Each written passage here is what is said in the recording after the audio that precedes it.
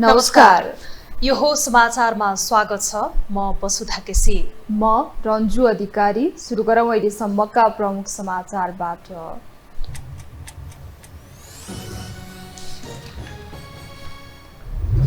आज मात्र देशभर सडक दुर्घटनामा 6 नागरिकले ज्यान गुमाए। राजधानीकै सडक असुरक्षित, सवारी स्पिड नियन्त्रणमा ट्राफिक प्रहरीको कदम प्रभावकारी भएन। सरकारका नेतृत्व नै पदीय गरिमा बिर्सेर अभिव्यक्ति दिँदै प्रधानमन्त्री प्रचण्ड र महानगर प्रमुख शाह विवादमा अभिव्यक्तिमा हेक्का राख्न सरोकारवालाको सुझाव। नेतृत्व पाएसँगै संसदीय समितिको सक्रियता बढ्यो। बाँदरको समस्या हल गर्न बन्ध्यकरण गर्नुपर्ने आरडी राणाको धारणा। उत्पादन र निर्यात वृद्धिमा कृषि मन्त्रीको जोड। जंगलमा लागेको डढेलो नियन्त्रण बाहिर गएपछि क्यानाडामा आपतकालीन घोषणा। 65,000 बढीलाई स्थानान्तरण गराउन आदेश। लाखौं हेक्टर जंगल जलेर नष्ट। र नेपाल महिला टी20 एसिया क्षेत्र छनौटको सेमी फाइनल नजिक। एसिया कपमा भोलि नेपाल र भारत भिड्दै। खेलाडीमा हौसला बढाउन नेपाली खेल प्रेमी श्रीलङ्कामा।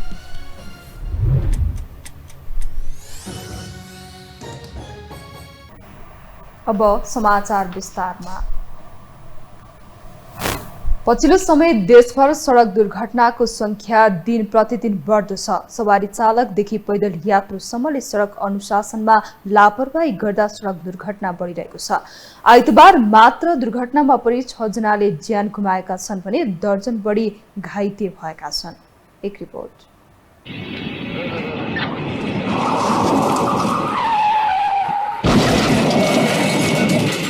यो डरलाग्दो दुर्घटनाको दृश्य आइतबार बिहान काठमाडौँको जडीबुटी पेप्सीकोला सडक खण्ड अन्तर्गत छाप्रोको हो। बिहान 7:30 बजे भएको दुर्घटनामा परि अहिलेसम्म 2 जनाले ज्यान गुमाएका छन् भने 14 जना घाइते भएका छन्। दुर्घटनाको सीसीटीभी फुटेज हेर्दा बस तीव्र गतिमा हुइकिएको देखिन्छ।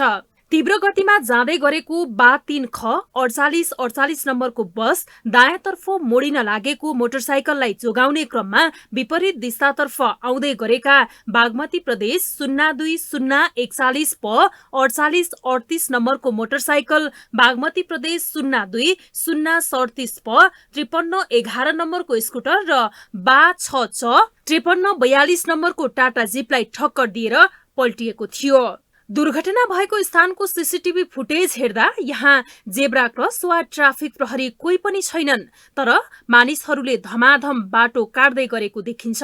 यो दुर्घटना तीव्र गति र लापरवाहीको रूपमा एउटा सवारी साधनले अर्को सवारी साधनलाई ओभरट्याक गर्दा भएको ड्युटीमा रहेका प्रहरीको भनाइ छ।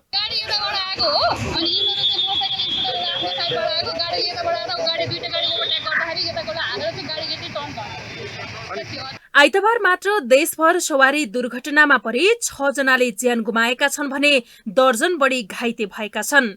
पेप्सीकोला सडक खण्डमा भएको दुर्घटनामा गम्भीर घाइते भएका मोटरसाइकल चालक सर्लाहीका अन्दाजे 21 वर्षीय राज भट्टराई र स्कुटरमा पछाडि सवार 25 वर्षीय उषा थापाको ज्यान गएको छ। गम्भीर घाइते उनीहरूलाई बानेश्वर स्थित सिभिल अस्पताल पुर्याउन साथ अस्पतालले मृत घोषणा गरेको थियो। 7 जना घाइतेको पेप्सीकोलामा रहेको मदरल्यान्ड अस्पतालमा उपचार भइरहेको छ। अन्य घाइतेहरूको विभिन्न अस्पतालमा उपचार भइरहेको छ। बस चालकलाई काँडाघारी प्रहरी विभागले नियन्त्रणमा लिएको छ। उता जुम्लामा जीव दुर्घटना हुँदा 2 जनाले ज्यान गुमाएका छन्। बिहान 6:45 बजे नागम गमडगढ राजमार्गको कनका सुन्दरी 4 स्थित ठगुनेरामा भे 1 ज 1049 नम्बरको जीव दुर्घटनामा परेको हो। दुर्घटनामा चालक र सहचालकको मृत्यु भएको जिल्ला प्रहरी कार्यालय जुम्लाले जनाएको छ। यस्तै दोलखाबाट काठमाडौँ आउँदै गरेको स्कर्पियो सिन्धुपाल्चोकमा दुर्घटना हुँदा आइतबार 2 जनाले ज्यान गुमाएका छन्। मृत्यु हुनेमा चालक उत्तमराज महर्जन र सिन्धुपाल्चोकका स्थानीय बलबहादुर खत्री रहेको प्रहरीले जनाएको छ। अव्यवस्थित सडक र सवारी साधनको वृद्धिका कारण विगत 5 वर्षमा 14,103 जनाले अकालमा ज्यान गुमाएको तथ्याङ्क सडक विभागले सार्वजनिक गरेको छ। सवारी दुर्घटनामा परि 27,780 जना गम्भीर घाइते भएका छन्। पछिल्लो समय सवारी साधन चलाउँदा चालकले लापरवाही गरेर ट्राफिक नियम उल्लङ्घन गर्दा दुर्घटनाको क्रम बढ्दो छ। यो हो टेलिभिजनका लागि वसुधा केसी, काठमाडौँ। प्रधानमन्त्री पुष्पकमल दाहाल प्रचण्डले जनताको गुनासोलाई पहिलो प्राथमिकतामा राखेर काम गर्न निर्देशन दिनुभएको छ। आज हेलो सरकारको सेवालाई 3 शिफ्टमा विस्तारित एवं सञ्चालन गर्ने कार्यको शुभारम्भ गर्दै प्रधानमन्त्री प्रचण्डले सरकारको सबै निकायहरूलाई जनताको गुनासोलाई पहिलो प्राथमिकतामा राखेर काम गर्न निर्देशन दिनुभएको हो। उहाँले आफूहरूलाई महत्त्वको नलाग्ने गुनासोहरू जनताको दैनिक जीवनका लागि महत्त्वपूर्ण हुने भन्दै त्यसलाई ख्याल गर्न आग्रह गर्नुभयो। सार्वजनिक निकायहरूमा गुनासो सुनवाई गर्ने संयन्त्र रहे पनि त्यसले जनताको मुहार उज्यालो बनाउन नसकेको प्रधानमन्त्री प्रचण्डको भनाइ छ। सीमित नगरी प्रदेश र स्थानीय तहमा समेत यसको सञ्जाल विस्तार गर्नुपर्ने आवश्यकता हामीलाई महसुस भएको छ। यस संयन्त्रलाई सरकारी नीति निर्माणमा नागरिक पृष्ठपोषक प्रणालीको रूपमा विकास गर्नु पर्ने नै छ। यसका साथै गुनासो व्यवस्थापन प्रणालीलाई कृत्रिम बौद्धिकतासँग आबद्धता गर्ने लगायत नागरिकका उत्कृष्ट विचार लिने क्राउड सोर्स गभर्नेन्सका रूपमा विकास गर्न पनि त्यत्तिकै अपरिहार्य छ। सुशासनको पहिलो शर्त सरकार र जनता बीचको आत्मीय सम्बन्धको विकास हुनु हो। जनतामा सरकार पनि छ भन्ने अनुभूति गराउन सकिएन भने हामीले जे जति सेवा प्रवाहमा सुधार गरे पनि या सुशासनका कुरा गरे पनि यसले धेरै अर्थ राख्दैन।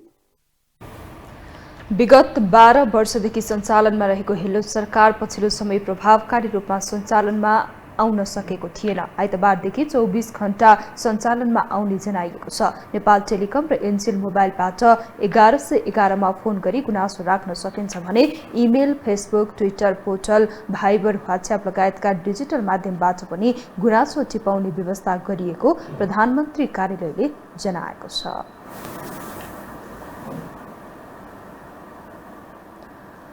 प्रधानमन्त्री समेत रहेका नेकपा माओवादी केन्द्रका अध्यक्ष पुष्पकमल दाहाल प्रचण्ड अभिव्यक्तिका कारण विवादित बन्दै आएका छन्। जिम्मेवार पदमा रहेको व्यक्तिले कस्ता अभिव्यक्ति दिने भन्ने सामान्य हेक्का समेत प्रधानमन्त्री प्रचण्डले राखेको देखिँदैन। एक रिपोर्ट। देशको कार्यकारी प्रमुख अर्थात् प्रधानमन्त्रीका हरेक अभिव्यक्तिले अर्थ राख्छ, देश कता जाँदैछ भन्ने संकेत गर्छ। तर प्रधानमन्त्री पुष्पकमल दाहाल प्रचण्डको अभिव्यक्ति नाम होस् या बदनाम तर गुमनाम नहोस् भन्ने लाइनमा देखिन्छ। आम नागरिकलाई अनुशासन र मर्यादा सिकाउनु पर्ने प्रधानमन्त्रीको उत्तेजित अभिव्यक्तिले समाजमा विभाजन ल्याउनेतर्फ प्रचण्डको ध्यान गएको छैन। जनतासँग माओवादी विशेष रूपान्तरण अभियान अन्तर्गत चन्द्रागिरीको कार्यक्रमलाई सम्बोधन गर्दै प्रचण्डले प्रधानमन्त्री पदबाट हटाए सडक सङ्घर्ष चर्काउने सोचिरहेको भन्दै आम नागरिकलाई उक्साए। म कति दिन प्रधानमन्त्री रहने हो, हुन सक्छ 15 दिन, 1 महिना, 2 महिना, जति दिन रहन्छु म जनता र राष्ट्रको पक्षमा सम्पूर्ण इमानदारीताका साथ काम गर्नेछु र मलाई जसले हटाउने छन् तिनका विरुद्ध लाखौं करोडौं जनताको बीचमा गएर आन्दोलनको नेतृत्व गर्नेछु भन्ने संकल्पसहित काम गरेको थिएँ। मास्क देखेर हौसाउने प्रचण्ड अभिव्यक्तिकै कारण पटक पटक विवादमा पर्दै आएका छन्। आफूलाई प्रधानमन्त्री बनाउन भारतको महत्त्वपूर्ण भूमिका रहेको भन्दै दिएको अभिव्यक्तिका कारण प्रचण्डले सदनको रोस्टरमै उभिएर माफी नै माग्नु परेको थियो। प्रचण्डले आफू जातीय राज्य स्थापना गर्ने पक्षमा रहेको र जनताको साथ चाहेको भन्दै पहिचानवादीको आन्दोलनमा आगोमा घिउ थप्ने काम गरेका थिए। प्रचण्डले केही वर्ष अघि सार्वजनिक कार्यक्रममा द्वन्द्वकालमा मारिएका 17,000 मध्ये आफूले 5,000 को जिम्मा लिने अभिव्यक्ति दिएका छन्।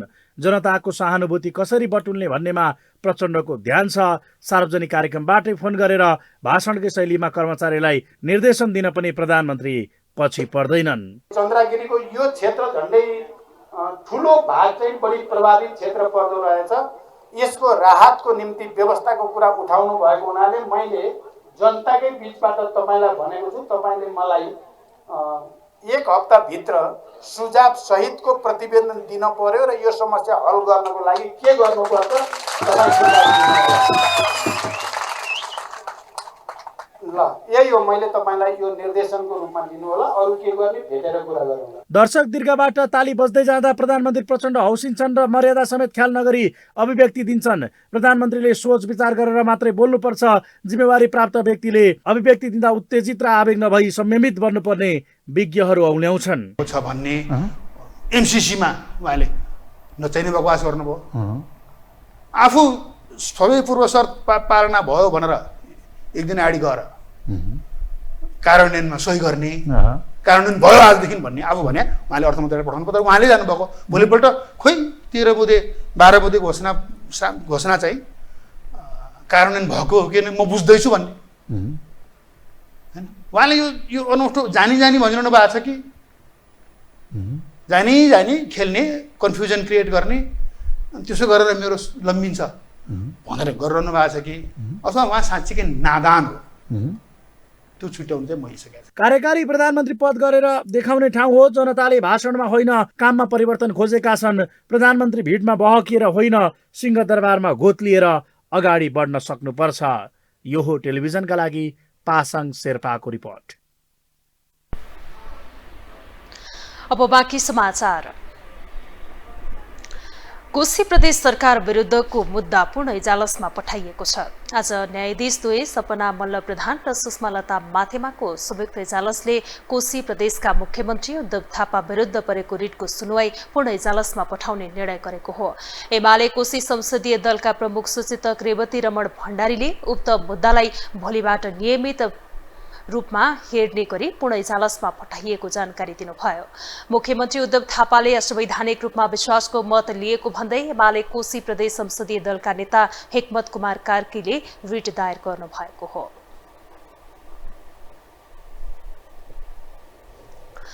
अमेरिकी सिनेटर ग्रिस भान होलेट र नेकपा एमालेका अध्यक्ष केपी शर्मा ओली बीच शिष्टाचार भेट भएको छ। आज सिंहदरबार स्थित नेकपा एमालेको संसदीय दलको कार्यालयमा ओली र होलेन बीच शिष्टाचार भेट भएको हो। नेपाल भ्रमणमा रहनुभएका होलेनले अध्यक्ष ओलीसँगको भेटमा शान्ति प्रक्रियाको बाँकी कामबारे चासो व्यक्त गर्नुभएको थियो।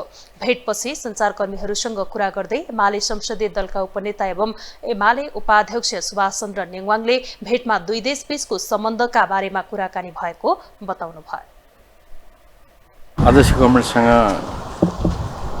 अमेरिकाका सेनेटरसँग भेटघाट भयो र हामी पनि सँगै बसेका थियौँ र दुई देशको बिचको जुन सम्बन्ध छ त्यो सम्बन्धको सन्दर्भमा कुराकानीहरू भयो। सेनेटरजीको नेपालको शान्ति प्रक्रियाको बारेमा जिज्ञासा थियो। यो अब कसरी के हुन्छ भन्ने बारेमा जिज्ञासा थियो। दुई देशको बिचमा रहेको जुन सम्बन्ध छ त्यो सम्बन्ध अझै सुमधुर हुँदै जाने कुरामा उहाँको आफ्नो आशा थियो र टिप्पणी थियो। उपाध्यक्ष नेङवाङले भेटमा सिनेटरले अमेरिकी आर्थिक सहयोग परियोजना एमसीसी नेपालले अनुमोदन गरेर कार्यान्वयन गर्न सुरु गरेकोमा खुसी लागेको बताउनु भएको जानकारी गराउनु भयो। कूटनैतिक व्यवहार सञ्चालनमा आन्तरिक राजनीति महत्त्वपूर्ण अस्त्र हो। राजनीतिले कुनै कूटनीतिलाई निर्देश गर्दछ। मुलुकको आन्तरिक राजनीति खस्किँदा कूटनीति सम्बन्ध कमजोर त हुन्छ नै, भौगोलिक अखण्डतामा ठाडो हस्तक्षेप समेत नकार्न सकिन्न। सार्वभौम मुलुक नेपालमाथि छिमेकी मुलुक भारत र चीनको हेपाहा प्रविधि नियाले पुग्छ। एक रिपोर्ट। गत सोमबार चीन सरकारले चीनको आधिकारिक नक्साको 2023 संस्करण प्रकाशित गर्यो। चीनको नयाँ नक्सामा भारतको अरुणाञ्चल प्रदेश र अक्साई चीन क्षेत्र आफ्नो भूगोलभित्र समेटिँदा नेपालको लिपुलेखदेखि लिम्पियाधुरासम्मको भूभाग भारततिर पारिदिए। चीनको नयाँ मानचित्रमा नेपालको चुच्चे नक्साको सट्टा बुच्चे नक्सा नै राखेर जारी गरे। भारतले अस्वीकार गरेको नेपालको चुच्चे नक्सालाई चीनले पनि मान्यता दिएन। 2077 सालमा नेपाल भारत बीच उत्कर्षमा पुगेको कालापानी क्षेत्रको सीमा समस्यामा एकपक्षीय कदम बन्द गरेर मैत्रीपूर्ण संवाद मार्फत समस्याको हल खोज्न सुझाव दिएको चीन अहिले आफै नेपाललाई सोध्दै नसोधी आफ्नो नक्सामा चुच्चे नक्साको सट्टा बुच्चे नक्सा राखेर नै सार्वजनिक गरे। चीनले नक्सा सार्वजनिक गरेपछि जनस्तरबाट यसको विरोध सुरु भएपछि नेपाल सरकारले चीनको नाम उल्लेख नगरी राजनीतिक र प्रशासनिक नक्सालाई सम्मान गर्न आग्रह गरेको छ। चीनको नयाँ नक्सामा नेपालको चुच्चे नक्साको सट्टा बुच्चे नक्सा नै हुनु कूटनीतिक हिसाबले चीनले नेपाललाई उपेक्षा वा बेवास्ता गरेको विश्लेषण हुन थालेको छ। नेपालको कूटनीतिक मामिला कति कमजोर छ उदाङ्गो भएको विश्लेषण हुन थालेको छ।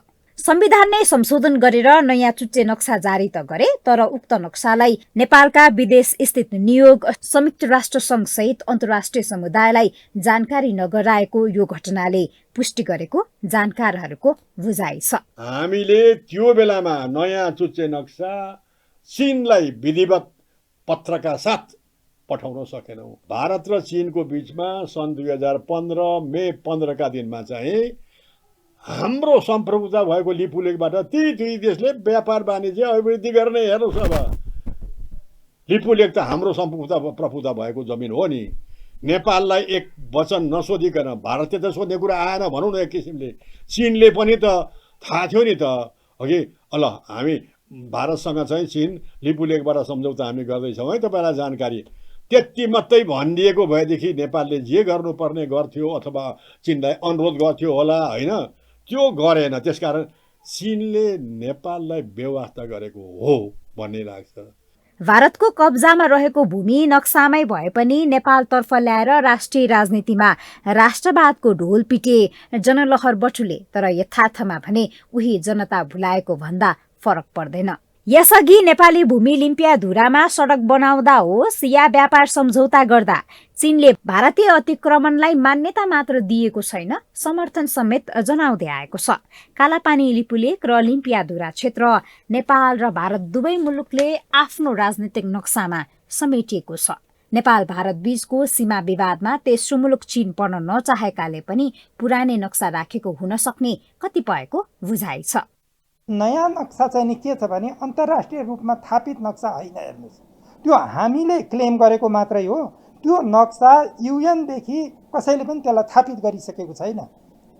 अत्यधिक मुलुकहरूले त्यसलाई रिकगनाइज गरिसकेको छैन। नयाँ नक्सा कन्ट्रोभर्सियल भएको हुनाले चीनले आफ्नो नयाँ नक्सामा चाहिँ नि त्यसलाई सामेल गरेन र यसलाई हामीले कुनै ठुलो रूपमा लिनुपर्छ भन्ने लाग्दैन। जहाँसम्म गभर्मेन्टको कुरा हो, गभर्मेन्टले डिप्लोमेटिकल्ली कुरा गर्ने भनेको कुरा छ। अब त्यो सरकारले गर्छ, डिप्लोमेटिकल्ली गरे पनि फोर्सफुल्ली गरे पनि कन्ट्रोभर्सियल नक्सा चाहिँ नि थर्ड कन्ट्रीले अथवा युएनले प्रकाशित गर्दैन। सधैँ सीमा विवादकै कारण नेपाल भारत बीच तिक्ततापूर्ण सम्बन्ध रहँदै आएको छ। पुरानो सीमा विवाद सुल्झाउन बेवास्ता गरेको भारतले प्रधानमन्त्री प्रचण्डको भारत भ्रमणको सम्मुखमा अखण्ड भारतमा नेपालको लुम्बिनी कपिलवस्तु क्षेत्र समेत समेटेर भारत बोलाए भने अहिले चीनले प्रधानमन्त्री प्रचण्डको चीन यात्राको पूर्व सन्ध्यामा नयाँ नक्सालाई मान्यता नदिनुले थप संशय पैदा गरेको छ। हामीसँग समाचार बाँकी नै छन्, अहिलेलाई विश्राम।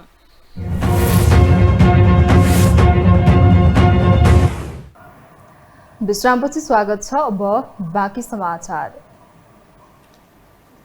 कृषि सहकारी तथा प्राकृतिक स्रोत समितिकी सभापति डाक्टर आर.डी. राणा देउवाले नेपालका बाँदरहरूको परिवार नियोजन गर्नुपर्ने बताउनु भएको छ। आज समितिको बैठकमा बोल्दै सभापति राणाले बाँदरले कृषकको बाली नालीमा क्षति पुर्याएर खान नै नपुग्ने अवस्था सृजना गरेको भन्दै बाँदरलाई परिवार नियोजन गरेर संख्या घटाउनु पर्ने धारणा राख्नु भएको हो। उहाँले बाँदरको संरक्षण गरेर कुनै फाइदा नभएको बताउनु भयो। यो बाँदर चाहिँ पहिला थियो, अब बँदर पनि रहेछ। सो यो पिपल एन्ड एनिमल कन्फ्लिक्टमा के चाहिँ गरिरहेको छ, किन कन्जर्भ गर्नु राम्रो, म पनि एकदम म त कन्जर्भेसनिस्टै हो होइन, तर अब मान्छेले खान नपुग्ने गरेर बन्द गर्ने फाइदा छैन। यो कलिङको एउटा प्रिन्सिपल चाहिँ हामीले ल्याउनु पर्यो, किन बँदर त खान्छ नि त मान्छेले, बाँदर नखाला। बाँदरलाई त फ्यामिली प्लानिङ गरी हुने रहेछ, हिमाचल प्रदेशमा त त्यही गरेको रहेछ। सो यो स्ट्राटेजीहरू चाहिँ हो, कस्तो उनीहरू पनि हाम्रो जस्तै थियो अरे, फ्यामिली प्लानिङ गरेर 2-3 वर्षमा अल गर्छ है। सो यो चाहिँ हामीले यो डिपार्टमेन्ट अफ वाइल्ड लाइफलाई केही चाहिँ गरेरै ल्याऊ भन्नु पऱ्यो कि यो त अब मान्छेले खानै नपाउने भएपछि धेरै प्रब्लम भयो। सभापति राणा देउवा बाँदर नियन्त्रणको सम्बन्धमा सरकारवाला निकायलाई केही योजना ल्याउन लगाउनु पर्ने बताउनु भयो। कृषि तथा पशुपक्षी विकास मन्त्री डाक्टर बेदुराम भुसालले उत्पादन र निर्यात वृद्धि तथा आयात प्रतिस्थापन गरेर मात्रै अर्थतन्त्र बलियो बनाउन सकिने बताउनु भएको छ। आज काठमाडौँमा आयोजित एक कार्यक्रममा बोल्दै कृषि नेपालको लागि मेरुदण्ड भएको उल्लेख गर्दै कृषि क्षेत्रमा सबैभन्दा ठूलो समस्या भनेको सिँचाइको रहेको बताउनु भयो। उहाँले अहिले पनि देशको खेतीयोग्य जमिनको आधा पनि सिँचाइ हुन नसकेको बताउनु भयो। 48% जमिन वर्षायाममा मात्रै सिँचाइ हुने र 18% जमिन मात्रै सधैँभर सिँचाइ हुने अवस्था रहेको बताउँदै सिँचाइको समस्या समाधान गर्नु नै पहिलो काम रहेको उहाँको भनाइ छ। कृषि क्षेत्र हाम्रो मुलुकको एउटा मेरुदण्ड हो भनेर हामीले भनिरहेछौँ। वास्तवमा अहिले हामीले यदि उत्पादन वृद्धि गर्ने हो, हाम्रो आयातलाई प्रतिस्थापन आयातलाई वृद्धि गर्ने हो, निर्यात वृद्धि गर्ने हो, आयातलाई प्रतिस्थापन गर्ने हो भने कृषिबाट नै सम्भव छ। कृषि उत्पादन वृद्धि गरेर नै सम्भव छ। त्यो सम्भव छ भन्ने कुरा देखिन्छ पनि। तर यहाँहरूले अहिले यहाँ बताउनु भएका भन्दा पनि धेरै समस्या कृषि क्षेत्रमा छन् र सबैभन्दा ठुलो समस्या चाहिँ आज पनि सिँचाइको हो। अहिले पनि हाम्रो खेतीयोग्य जमिनको आधा मात्रै पनि सिँचाइ हुन सकिरहेको छैन। आधाभन्दा कम, करिब 48% जमिन मात्रै सिंचित छ, त्यो पनि बर्खायाममा मात्रै। बाह्रैमासी सिंचित हुने जमिनको हिसाब गर्दाखेरि 17-18% भन्दा बढी छैन।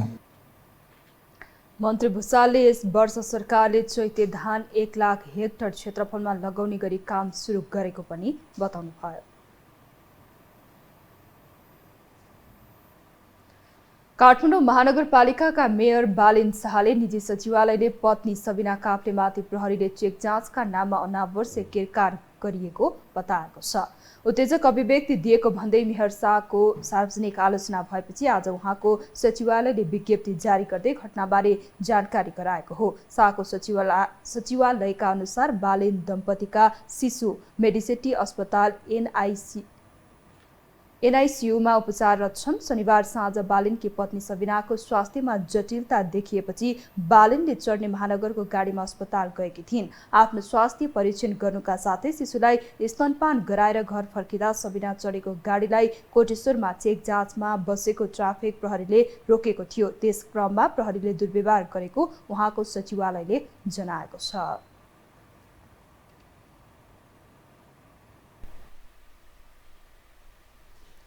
अब बाँकी समाचार। काठमाडौँ महानगरपालिकाका मेयर बालेन्द्र शाह बेला बेलामा चर्चा र आलोचनाको पात्र बन्दछन्। शनिबार उनले सामाजिक सञ्जाल मार्फत सिंहदरबारमा आगो लगाउने चेतावनी सहितको अभिव्यक्ति दिएपछि बालेनको पक्ष र विपक्षमा दुई कित्ता देखिएको छ। एक रिपोर्ट। काठमाडौँ महानगरपालिकाका मेयर बालेन्द्र शाहले शनिबार राति 9:21 सिंहदरबारमा आगो लगाइदिने धम्की सहितको स्ट्याटस लेखे। नामै काफी छ भने जस्तो बालेनले यति पुष्ट्याएपछि सिंहदरबारमा आगो नलागे पनि सामाजिक सञ्जालमा भने रातभरि नै आगो सल्कियो। बालेनले सिंहदरबारमा जोस्छु भनेको आगो सामाजिक सञ्जालमा यति रफ्तारमा सल्कियो कि 17 घण्टामा 3,80,000ले लाइक, 1,12,000ले कमेन्ट र 41,000ले शेयर गरे। बालेनले धेरैलाई घायल पार्ने गरी पुष्ट्याएको यो अभिव्यक्तिको भित्री अन्तर्य उनको परिवारसँग जोडिएको छ। बालेनले पदीय हैसियत बिर्सेर लेखेको स्ट्याटस उनले कुनै मेयर नभएर अस्पतालमा रहेकी छोरीको बुवा र सुत्केरी श्रीमतीको श्रीमान भएर आक्रोश मार्फत भित्री पीडा पोखेको खुलेको छ। बालेनको स्ट्याटस बुझ्न अलि अगाडि फर्किनुपर्छ। शनिबार बालकुमारीबाट तिनकुनेतर्फ एउटा सरकारी नम्बर प्लेटको गाडी राति तीव्र गतिमा हुइकिँदै आयो। त्यही क्रममा ट्राफिक प्रहरी नियमित चेक जाँचमा थिए। बिदाको दिन सरकारी नम्बर प्लेटको गाडी देखेपछि रोकेर ट्राफिक प्रहरीले सोधपुछ गरे। गाडीमा सवार थिइन् मेयर पत्नी सबिना काफ्ले। यो शनिबार राति 9 बजे पेरिफेरीको घटना हो। चेकिङमा चाहिँ सबै सवारी साधनहरू रोकेर ट्राफिक प्रहरीले चेक गर्दै अगाडि पठाएको र नियमित चेक जाँचकै क्रममा अब पछि थाहा हुन आएअनुसार काठमाडौँ महानगरपालिकाको गाडी पनि नियमित चेकिङमा परेको र नियमित प्रक्रिया अनुसारै चेक जाँच गरेर सो गाडीलाई छोडिएको। अस्पतालमा छोरी छटपटाइरहेको र सुत्केरी श्रीमती सवार गाडी ट्राफिक प्रहरीले रोकेर केरकार गरेपछि राति नै मेयर शाह सामाजिक सञ्जालमा बमझैँ पट्किए। उनले रिसको बेला कसले बेद पर्छ र भने जस्तै गरी आजका लागि केही भएन, भोलिबाट हाम्रो महानगरपालिकाको कुनै पनि गाडी सरकारबाट रोकियो भने सिंहदरबारमा आगो लगाइदिन्छु, याद राख चोर सरकार भन्दै आक्रोश पोखे। श्रीमती र छोरीका लागि बालेनले सरकारलाई चोर भन्दै देखाएको रिस पदीय हैसियतको हिसाबले अराजकताको पराकाष्ठा हो। उनी बालेन मात्रै नभएर जनताका प्रतिनिधि हुन्। त्योभन्दा असभ्य, अराजक, बेकारको, गैर जिम्मेवार कुरा अरू केही पनि हुनै सक्दैन। किनभने उहाँले के भन्नुभयो, आजलाई भइगयो, भोलिदेखि महानगरपालिकाको कुनै पनि गाडी रोकियो भने सिंहदरबार जलाइदिन्छु, होइन? चोर सरकार। बालेनले सिंहदरबारमा आगो लगाउँछु भनेपछि उनलाई पुत्री लाभ भएको खबर आइतबार बिहान सार्वजनिक भयो। शनिबार राति एकाएक गाडी रोकेको भन्दै झोक्किएका बालेनलाई पुत्री लाभ भएको र बच्चालाई अस्पतालमा राखेर उपचार गराइरहेको अवस्थामा आवत जावत गर्दा श्रीमती सवार गाडी रोकेपछि बालेनले सिंहदरबार जलाइदिने धम्की दिएका छन्। बालेनले छोरी जन्माएको विषय सार्वजनिक गरेका छैनन्। अहिले आलोचनाबाट बस्न पनि छोरी जन्मिएको विषय बाहिरिएको चर्चा छ। यद्यपि बालेनले सिंहदरबारमा तरङ्ग ल्याउने गरी दिएको अभिव्यक्तिलाई धेरैले जनताको आवाज भनेका छन्। जनतामा आक्रोश छ र यो ठिक छ, उहाँले भन्नुभएको कुरा सही कुरा हो कि उहाँको पोजिसनमा बोल्न हुने कुरा हो कि दोस्रो कुरा हो, तर प्रत्येक मान्छेको आवाज यो बढ्न थालेको छ। यो नराम्रो सिग्नल हो र उहाँहरूले सचेत हुनु पर्यो, कुरा सोच्नुपर्छ। बालेनले यसअघि पनि सिंहदरबारका नेतालाई सिसडोलमा लगेर डम्प गर्ने विवादास्पद अभिव्यक्ति दिएका थिए। अहिले बालेनले सिंहदरबारमा आगो लगाउने चेतावनी सहितको स्ट्याटस लेखेपछि 2030 सालमा आगलागी भएको सिंहदरबारको चर्चा फेरि सुरु भएको छ। भौतिक रूपमा 2030 साल असार 25 गते राति सिंहदरबारमा आगलागी भएको थियो। त्यति बेला पूर्व मोहडा ध्वस्त भएको थियो।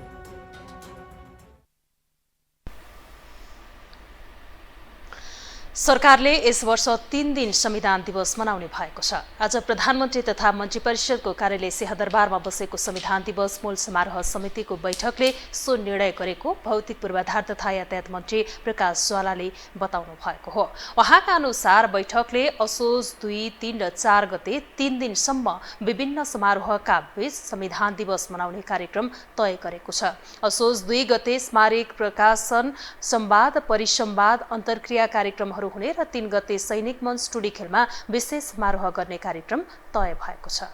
हामीले यस वर्ष पनि मनाउन गइरहेका छौँ। खास गरी असोज 2, 3 र 4 गते 3 दिनसम्म विभिन्न समारोहका साथ संविधान दिवस मनाउने कार्यक्रम आजको बैठकले संविधान दिवस मूल समारोह समितिका अध्यक्ष सम्माननीय प्रधानमन्त्रीजीको अध्यक्षतामा बसेको बैठकले गरेको छ। मन्त्री ज्वालाले सरकारले संविधान दिवसको अवसरमा 3 दिनसम्म साँझमा दीप प्रज्वलन गर्ने समेत बताउनुभयो।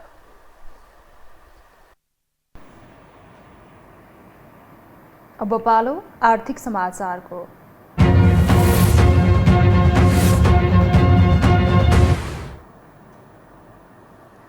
साताको पहिलो दिन शेयर बजार परिसूचक नेप्से झण्डै 30 अङ्कले घटेको छ। आज नेप्से 29.81 अङ्कले घटेर 1960.78 बिन्दुमा झरेको हो। आज सबै समूहको शेयर घटेर बजार रातामै हुँदा होटल, पर्यटन, जलविद्युत, बीमा लगायतका समूहको शेयर उच्च अङ्कले उरालो लागेको छ।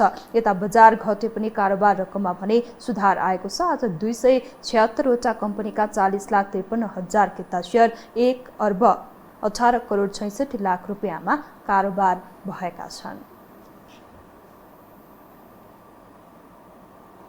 हामीसँग अन्तर्राष्ट्रिय र खेल समाचार बाँकी नै छन्। अहिलेलाई पुनः विश्राम।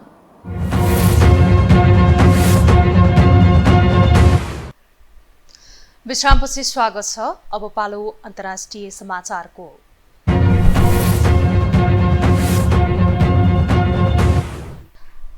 क्यानाडाको धेरै जंगलहरूमा आगलागी भएको छ। पश्चिमी प्रान्तका ब्रिटिश कोलम्बिया र नर्थ वेस्ट टेरिटोरीका जंगलहरूमा डढेलो लागेको हो। विभिन्न जंगलमा लागेको डढेलो नियन्त्रण बाहिर गएपछि आपतकाल घोषणा समेत गरिएको छ। एक रिपोर्ट।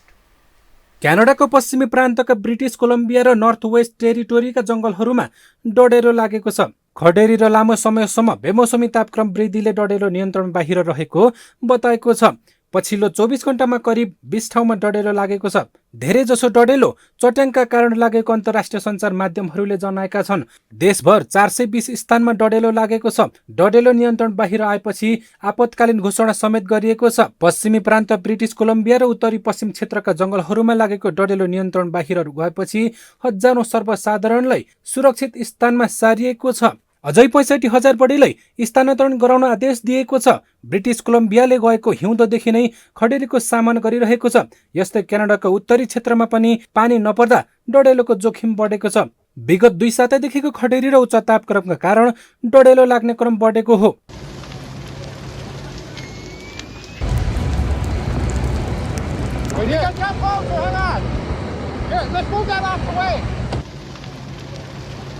एकै दिन देशका 20 भन्दा बढी जंगलमा डढेलो लागेको र त्यसबाट लाखौं हेक्टरको जंगल समेत नष्ट भएको जनाएको छ। डढेलो नियन्त्रणका लागि सयौं अग्नि नियन्त्रण र हेलिकप्टर परिचालन गरिएको छ। जंगलमा लागेको डढेलो बस्तीमा फैलिने सम्भावना बढेपछि हजारौं मानिस त्यस क्षेत्रबाट भागेका छन्। अधिकारीहरूले डढेलो बस्तीमा सल्किने खतरा बढेको चेतावनी दिएपछि उत्तरी प्रान्तको राजधानी येलोनाइफ शहरको विमानस्थलमा मानिसहरूको भिड लागेको छ। त्यहाँबाट कम्तीमा 20,000 मानिसले शहर छाड्ने अनुमान गरिएको छ। विमानस्थलमा भिड थामी नसक्नु भएपछि विमानस्थल अधिकारीहरूले कम्तीमा 2 घण्टा पहिले विमानस्थल पुगेर आफ्नो सिट सुरक्षित गर्न भनेका छन्। गत साता अमेरिकाको हवाईमा यस्तै डढेलो शहरमा सल्किँदा कम्तीमा 100 जना भन्दा बढीको मृत्यु भएको थियो, जसका कारण पनि मानिसहरूमा त्रास निकै बढेको बताइएको छ। क्यानाडामा अत्याधिक तापक्रम वृद्धिले यो वर्ष मात्र 1000 बढी आगो लागेका घटना भएका छन्। यो हो टेलिभिजनका लागि मिङमा शेर्पा, काठमाडौँ। अब पालो खेल समाचारको।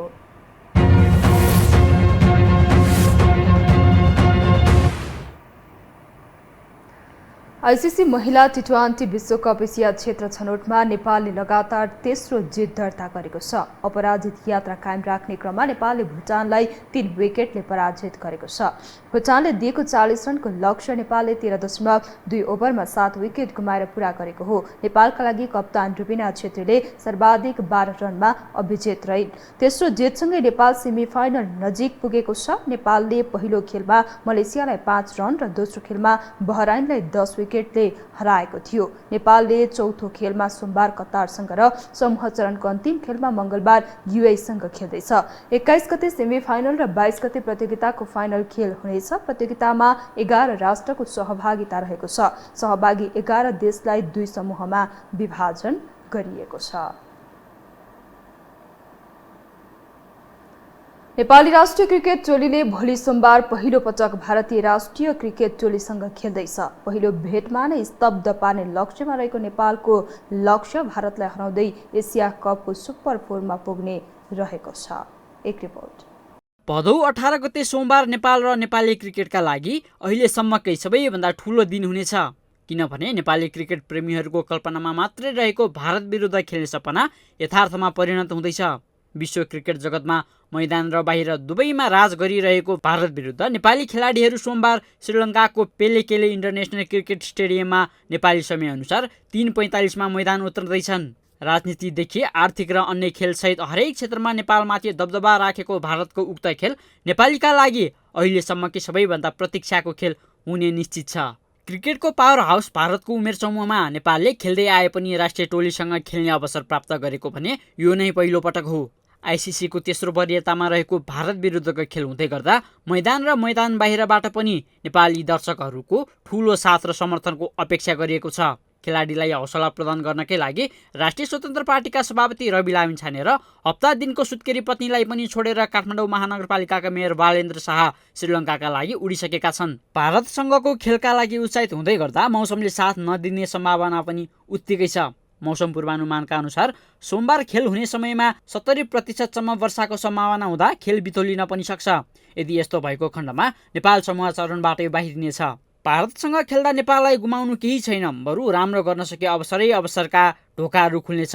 नेपाल जस्तो एसोसिएट देशले भारत जस्तो विश्वको प्रमुख टोलीलाई हराएको खण्डमा सुपर 4 मा स्थान बनाएर शीर्ष 2 मा पर्दै फाइनलसम्मको यात्रा तय गर्न सक्ने सम्भावना रहेको छ। भारत र पाकिस्तानको खेल शनिबार वर्षाका कारण रद्द हुँदा एक अङ्क बाँड्नु पर्दा भारतलाई पनि जित्नै पर्ने दबाब छ। दुवै टोली गर या मरको अवस्थामा हुँदा भारत जस्तो टोलीलाई हराउन नेपालले जादुई प्रदर्शन नै गर्नुपर्नेछ। पाकिस्तानले भने 2 खेलमा 3 अङ्क जोड्दै सुपर 4 मा आफ्नो स्थान पक्का गरिसकेको छ। पाकिस्तानले नेपाललाई हराउँदा वर्षाका कारण भारतसँग भने अङ्क बाँडेको थियो। त्यस्तै गत बुधबार पनि नेपाली क्रिकेटका लागि ऐतिहासिक दिन नै रह्यो, किनभने नेपाली क्रिकेट टोलीले विश्व वरियताको पहिलो स्थानमा रहेको पाकिस्तानसँग उनीहरूकै घरेलु मैदानमा प्रतिस्पर्धा गरेको थियो। खेलबाट निस्किएको नतिजा नेपाल र नेपालीका लागि सुखद हुन नसके पनि उक्त खेलबाट सिक्ने अवसर भने धेरै नै मिलेको छ। भारत र पाकिस्तान जस्तो देशसँगको खेलले आगामी अन्तर्राष्ट्रिय प्रतियोगितामा अन्य ठुला राष्ट्रसँग खेल्न पनि नेपाललाई हौसला मिल्नेछ। यो टेलिभिजनका लागि निरज कोइराला, काठमाडौँ। खेल समाचारसँगै हामी यो समाचारको अन्त्यमा आइपुगेका छौँ। बिदा हुनु अघि प्रमुख समाचार पुनः एकपटक।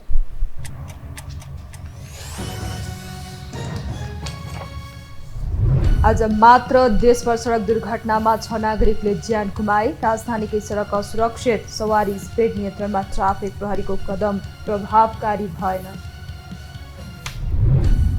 सरकारका नेतृत्व नै पदीय गरिमा बिर्सेर अभिव्यक्ति दिँदै प्रधानमन्त्री प्रचण्ड र महानगर प्रमुख शाह विवादमा अभिव्यक्तिमा हेक्का राख्न सरोकारवालाको सुझाव।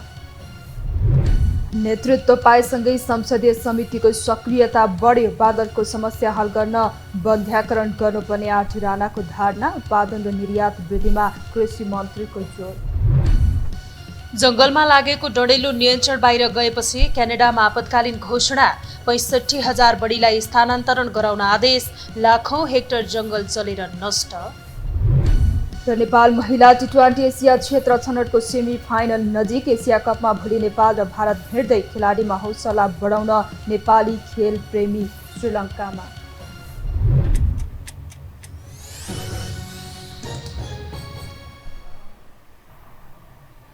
हवस् त, यो हो समाचार सकियो। समाचार बुलेटिनका साथै यो हो टेलिभिजनका सम्पूर्ण कार्यक्रम यो टेलिभिजन.com, यो खबर.com, युट्युब र फेसबुकमा पनि पढ्न र हेर्न सक्नुहुनेछ। मोबाइलमा यो टिभी एप डाउनलोड गरी हामीलाई प्रत्यक्ष हेर्न सक्नुहुनेछ। तथ्यसहितको निष्पक्ष समाचार तथा मनोरञ्जनका लागि हेर्दै रहनुहोला यो टेलिभिजन। नमस्कार।